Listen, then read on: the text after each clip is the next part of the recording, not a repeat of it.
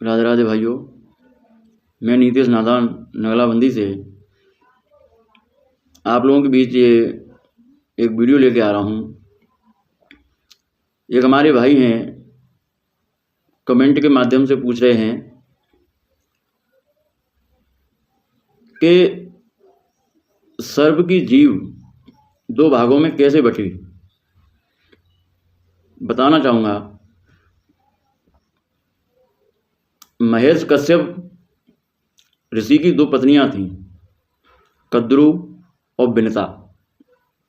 एक बार कद्रू और बिनता में शर्त लग गई कि घोड़े की पूंछ काली है या सफ़ेद। कद्रू कहने लगी घोड़े की पूंछ काली है, बिनता कहने लगी घोड़े की पूंछ सफ़ेद है। और दोनों में एक शर्त लगी कि जो हारेगा उसे उसकी दासी बनना पड़ेगा। इधर कद्रू ने अपने पुत्र नाग से कहा, बेटा आप जाइए और आप जाकर के उस घोड़े की पूंछ पर लिपट जाओ। आपका रंग काला है, आप जैसे ही लिपटोगे तो घोड़े की पूंछ काली दिखाई पड़ेगी। कद्रू के पुत्र नाग ने ऐसा ही किया, घोड़े की पूंछ पे जाकर के लिपट गया और कद्रू बिनता से कहने लगी कि देखिए घोड़े की पूंछ काली है। बिनता इस शर्त को हार गई और आज बिनता कद्रू की दासी बन करके रहती है। भाइयों, इधर बिनता के पुत्र हैं गरुड़, और जब गरुड़ को मालूम पड़ा है कि धोखा से और मेरी माँ को कद्रू ने दासी बना लिया है, तो आज वो गरुड़ कद्रू के पास पहुंचा और जवाब दिया, एक बात बताओ, आपने मेरी माँ को अपनी दासी बना लिया है, अब मेरी माँ स्वतंत्र कैसे होगी। तो कद्रू ने जवाब दिया है, इंद्र के यहाँ अमृत का घड़ा है और वो अमृत का घड़ा आप लेकर के आए तो मैं आपकी माँ को स्वतंत्र कर दूंगी।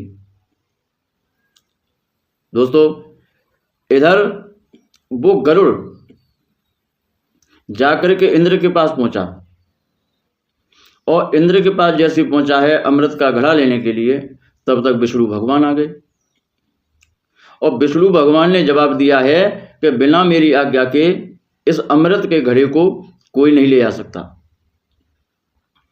और विष्णु भगवान ने सुदर्शन चक्र द्वारा गरुड़ को मारना चाहा, तब तक लक्ष्मी सामने आ गई। जवाब दिया, क्या कर रहे हैं आप, ये अपना ही बालक है, इसको क्यों मार रहे हो,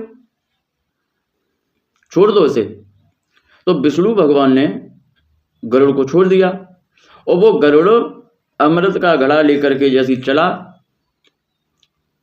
तो आज भगवान विष्णु से कहने लगा है, मुझे इस अमृत के घड़े की कोई ज़्यादा आवश्यकता नहीं है, ये घड़ा मैं लेकर के जा रहा हूँ और अपनी माँ को स्वतंत्र करने के बाद ये घड़ा पुनः मैं वापस आपको ला करके दे दूंगा। वहाँ से गरुड़ वो अमृत का घड़ा लेकर के वापस आया और कद्रू से जवाब दिया, लीजिए जो मैं घड़ा अमृत का लेकर के आया हूं, अब आप मेरी पहले माँ को स्वतंत्र कीजिए, उसके बाद ये घड़ा मैं आपको दूंगा। गरुड़ ने उस अमृत के घड़े को जमीन पे उपजी हुई घास के ऊपर उस अमृत के घड़े को रख दिया। भाइयों, आज इधर बिनता को कद्रू ने स्वतंत्र किया है, तो आज कद्रू कहने लगी है, मैंने तुम्हारी माँ को स्वतंत्र कर दिया, अब ये अमृत का घड़ा मुझे दे दो। और अपने पुत्र नागों को आदेश दिया है कि जाओ उस अमृत का आप रसपान करिए। और जैसे ही नाग उस अमृत का रसपान करने के लिए जा रहे हैं तो आज गरुड़ कहने लगे, इस तरीका से आप अमृत का पान नहीं कर सकते। सबसे पहले आप स्नान करके आए और स्नान करने के बाद उसके बाद आप रस का पान करेंगे, अमृत का। आज सभी नाग स्नान करने के लिए चले जाते हैं। इधर गरुड़ ने अपनी मां को स्वतंत्र करा लिया। तब तक इंद्र आए और इंद्र उस अमृत के घड़े को लेकर के वापस चले गए। जैसे ही वापस गए हैं, सभी नाग स्नान करने के बाद जब लौट करके आए तो देखा है कि अमृत का घड़ा नहीं है, अमृत का घड़ा नहीं है।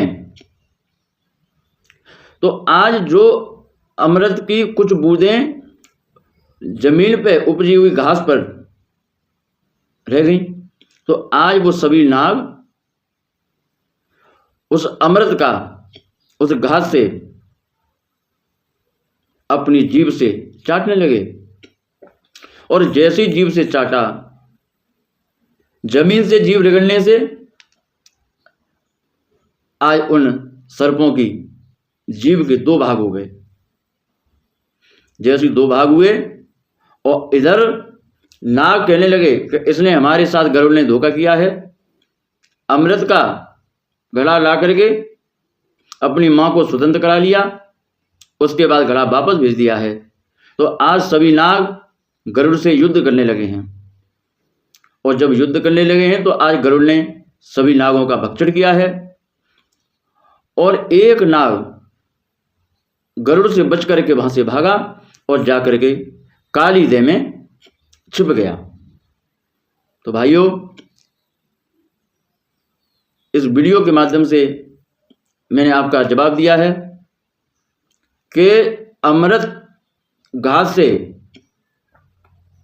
चाटने के कारण उनकी जीभ जमीन से रगड़ी, घास से रगड़ी, जिससे उनकी जिह्वा के 2 भाग हुए।